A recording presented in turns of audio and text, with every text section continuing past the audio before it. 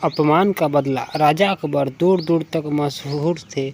बीरबल ने भी राजा अकबर के चर्चे खूब सुने थे। बीरबल ने भी सुना था कि राजा चतुर और बुद्धिमानों का सम्मान करते हैं, इसलिए उसने सोचा कि क्यों न राज दरबार में जाकर हाथ आजमाया जाए। लेकिन इसमें एक अड़चन थी कि बिना किसी बड़ी मदद के वो वहाँ तक पहुँच नहीं सकता था। ऐसे में उसे किसी ऐसे व्यक्ति की तलाश थी जो उसे राज दरबार तक पहुँचा सके। इस बीच बीरबल की शादी सालू नाम की लड़की से हो गई थी। एक वर्ष बाद बीरबल के घर बेटा पैदा हुआ। इस दौरान बीरबल को पता चलता है कि राजा अकबर का राजगुरु मंगलगिरी नामक स्थान पर गया है। बीरबल भी वहां पहुंच जाता है और राजगुरु की खूब सेवा करते हैं और उन्हें महाराज से मिलने की अपनी इच्छा भी बताते हैं। लेकिन राजगुरु था बहुत चालाक। उसने बड़े बड़े वादे बीरबल से किए और उससे खूब अपनी सेवा करवाई। इस बीच राजगुरु ने सोचा कि अगर कोई चतुर इंसान राज दरबार में आ गया तो उसका सम्मान घट जाएगा। इसलिए राजगुरु ने बीरबल से कहा कि मुझे जब भी सही मौका दिखेगा मैं तुम्हारी मुलाकात महाराज अकबर से करवा दूंगा। इसके बाद क्या था, बीरबल राजगुरु के बुलावे का इंतज़ार करने लगे, लेकिन कई दिनों तक कोई भी खबर नहीं आई। इस बात पर कई लोग बीरबल का मजाक उड़ाने लगे और कहने लगे कि बीरबल विजयनगर जाने की तैयारी कर ली। इस बात पर बीरबल कहता है उचित समय आने पर सब हो जाएगा। लेकिन धीरे धीरे विश्वास उठ गया और उसने खुद ही विजयनगर जाने का फैसला किया। वो अपनी माँ और पत्नी के साथ विजयनगर के लिए रवाना हो गया। यात्रा के दौरान किसी भी तरह की परेशानी आती तो बीरबल राजगुरु का नाम ले लेता।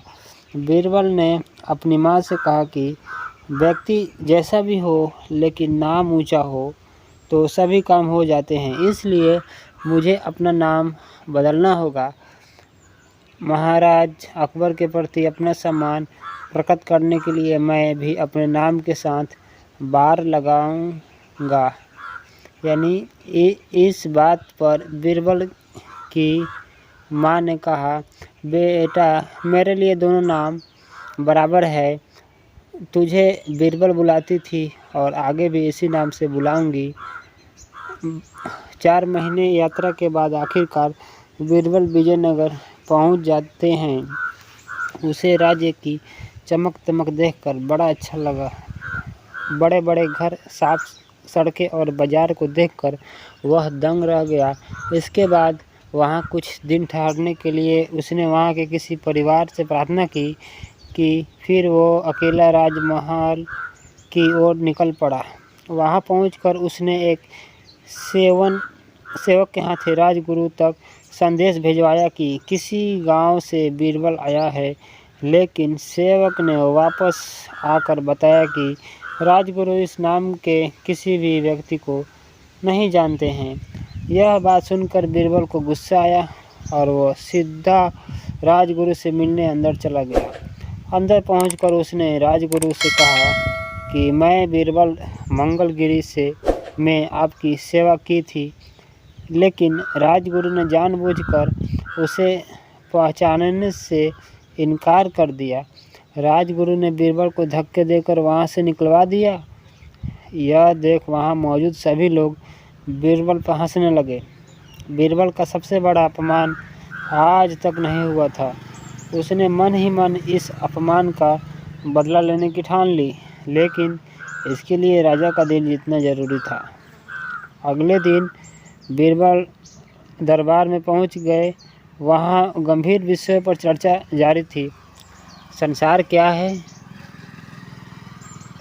जैसे सवाल किए जा रहे थे।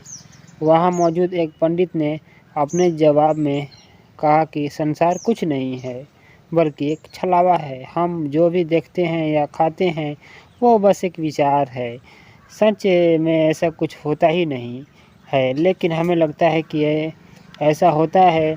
इस पर बीरबल ने पूछा कि क्या सच में ऐसा होता है? उस पंडित ने कहा, यह बात शास्त्रों में लिखी हुई है और शास्त्र गलत नहीं होते।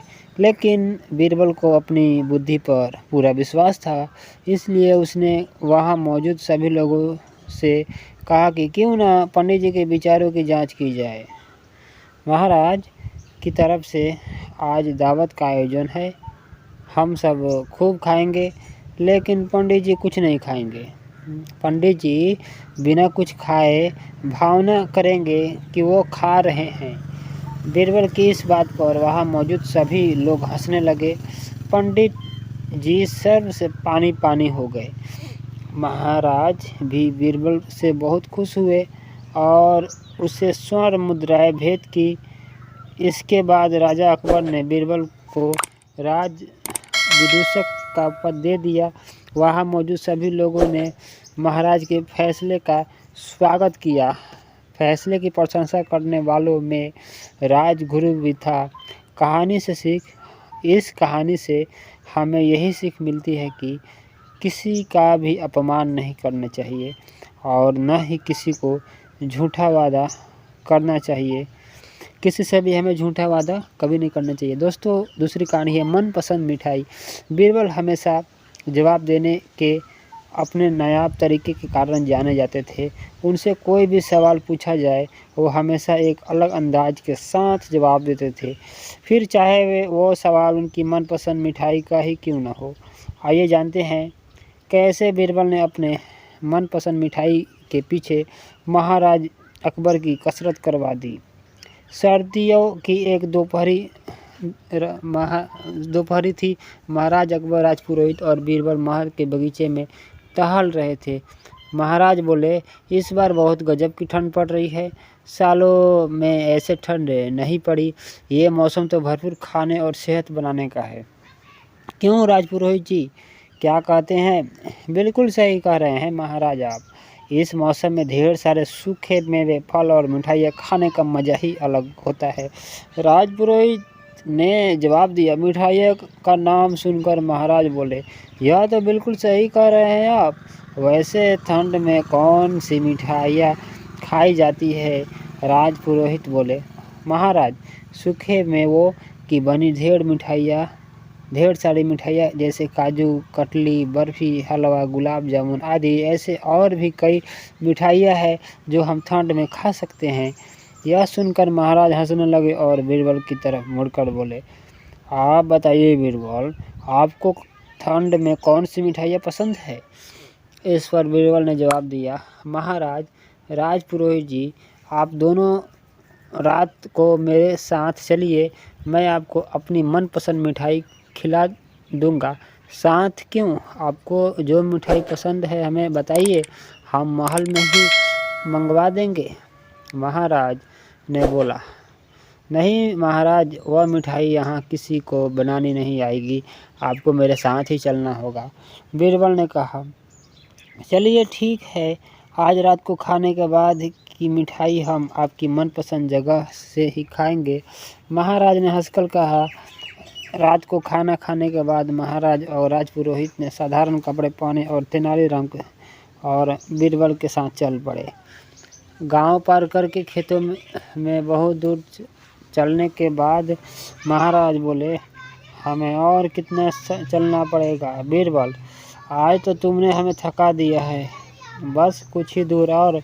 बीरबल ने उत्तर दिया। जब वो सभी मिठाई वाली जगह पहुंच गए तो बीरबल ने कहा, महाराज और राजपुरोहित को एक खाट पर बिठावा दिया और खुद मिठाई लेने चले गए। थोड़ी देर में वे अपने साथ 3 कटोरियों में गर्मा गर्म मिठाई ले आए। जैसे कि महाराज ने उस मिठाई को चखा, उनके मुंह से वाह से अलावा और कुछ नहीं निकला। महाराज और राजपुरोहित एक बार में पूरी मिठाई चट कर गए। इसके बाद उन्होंने बीरबल से कहा, वाह बीरबल, मज़ा आ गया। क्या थी यह मिठाई? हमने यह पहले कभी नहीं खाई है। अकबर की बात पर बीरबल मुस्कुराए और बोले, महाराज, ये गुड़ था। यहाँ पास ही में गन्नों का खेत है और किसान उसी से जहाँ रात को गुड़ बनाते हैं। मुझे यहाँ आकर गुड़ खाना बहुत पसंद है। मेरा मानना है कि गर्मा गर्म गुड़ भी बेहतरीन मिठाई से कम नहीं होता। बिल्कुल बिल्बर, बिल्कुल। इसी बात पर हमारे लिए एक और कटोरी मिठाई ले आइए। इसके बाद तीनों ने एक कटोरी और गुड़ और खाया और फिर महल को लौट गए।